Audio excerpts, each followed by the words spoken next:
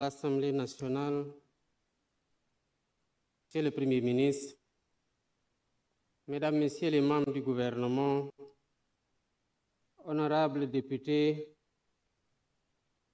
Madame la vice-présidente du Conseil constitutionnel, Monsieur le Président de la Cour suprême, Monsieur le Premier président de la Cour des comptes, Monsieur le Premier président de la Cour d'appel de Dakar, Monsieur le Président de la Commission électorale nationale autonome, Monsieur le Président du Conseil national de régulation de l'audiovisuel,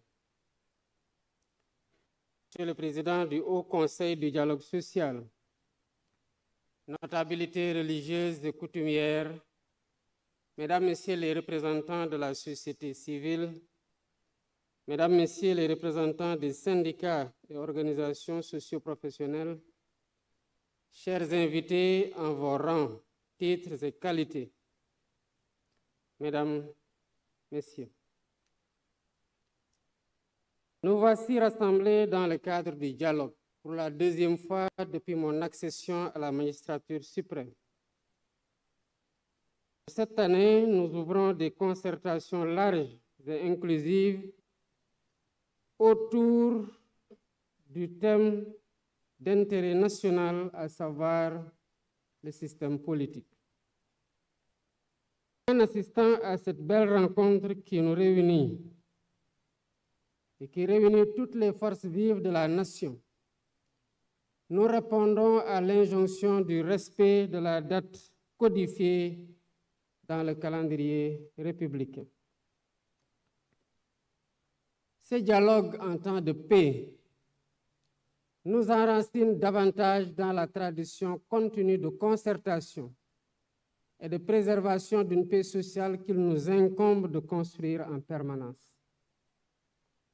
Mesdames, Messieurs, l'implication de toutes les sensibilités de notre société dans la gouvernance institutionnelle de l'État et, s'il en était encore besoin, une preuve de la rupture systémique qui traverse aujourd'hui toute l'action publique. Ma conviction profonde est qu'au-delà des acteurs politiques, lorsqu'il s'agit de se projeter dans le temps long des réformes qui façonnent notre système politique, toute la société a voix au chapitre. Ainsi devons-nous définir par la quête du consensus et par les délibérations collectives la charpente institutionnelle et normative qui préfigure la vie de notre société politique. C'est toute la vertu d'un dialogue organisé en temps de paix.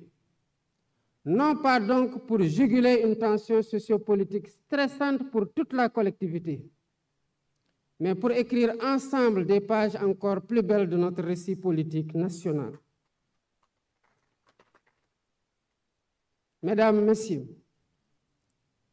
l'expression « le Sénégal est un pays de dialogue » n'est pas le fruit du hasard. Nous la devons à un héritage consolidant de Pencho et de Disso, à une conscience politique mûrie par l'histoire, à une culture de la pondérance héritée de nos devanciers. Notre responsabilité, c'est de préserver cet héritage et de le transmettre intact. Au demeurant, nous devons nous garder de l'immobilisme ou du statu quo.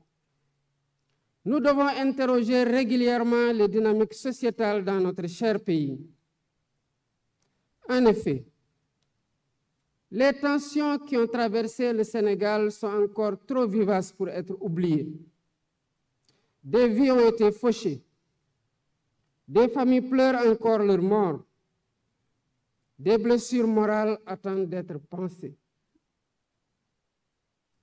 En ma qualité de président de la République, je m'incline avec respect devant la mémoire de toutes les victimes qui, de l'indépendance à nos jours, jalonnent le douloureux chemin de notre marche vers une démocratie achevée.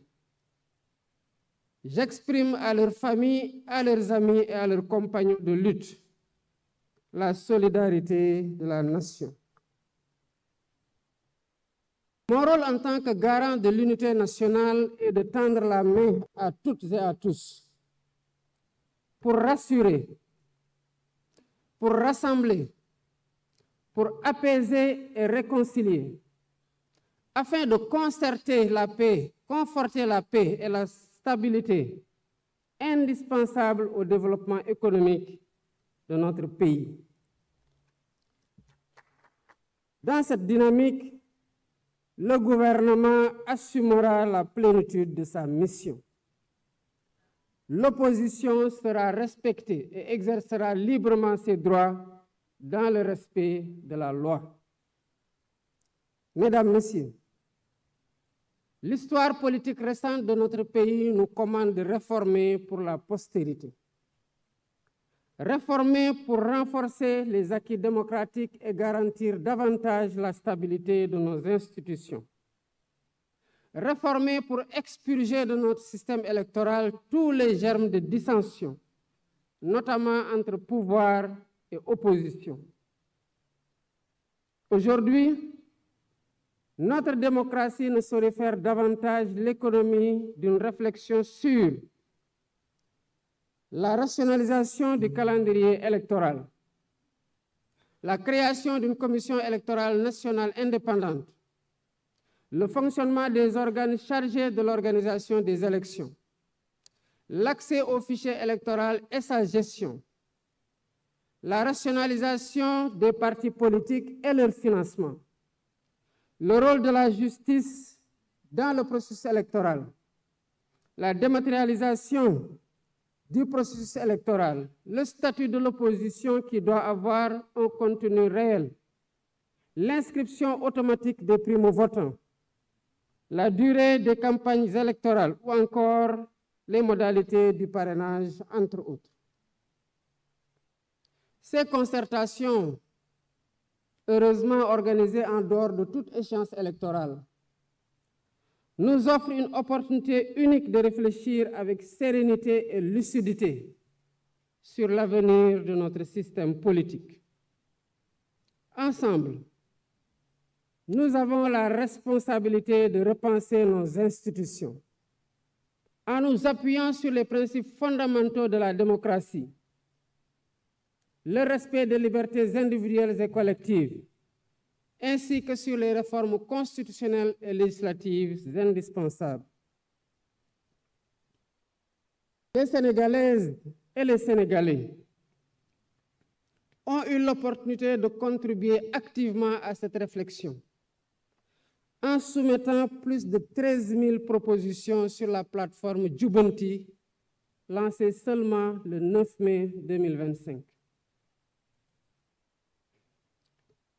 Cela veut dire qu'au-delà de la forte attente de nos compatriotes quant aux résultats de ces assises, cet engouement traduit un encouragement pour tous les participants et un appel pressant au sens des responsabilités afin d'arriver à des consensus forts et productifs.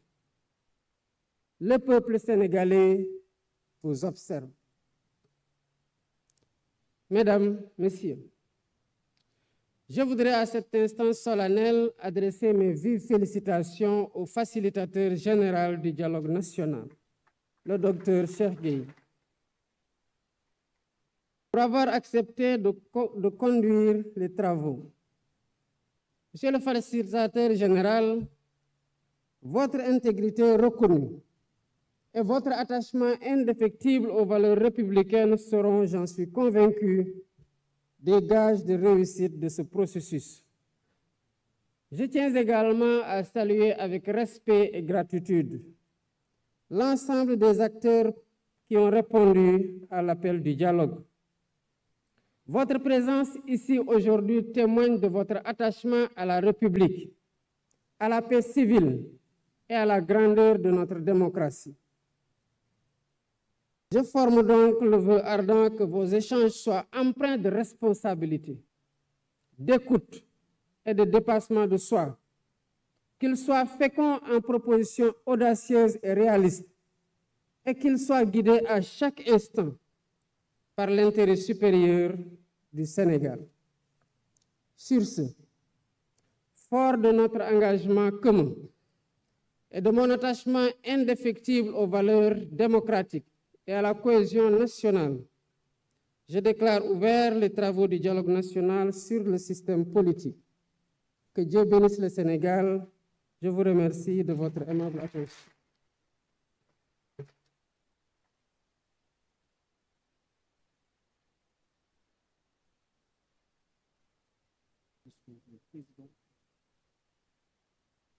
Mbokki Sénégal, gannaaw bi ma nuyoo ñépp ñi nga xamante ne teew nañu fi, nuyoo kilifa diine yi ak kilifa aada yi, waaye di nuyoo sénégalais bu mu mënti doon ak fépp fu mu mën a nekk di ñu seetlu di ñu teewlu ci jamono ji ñuy wax ak yéen. Di wax ne dialogue bii nga xamante ne ñu ngi koy amal tey muy ñaareelu yoon depuis biñ ma joxee lenge yi dénk ma réew mi ak ñi ma ci àndal, ñu ngi koy waxtaane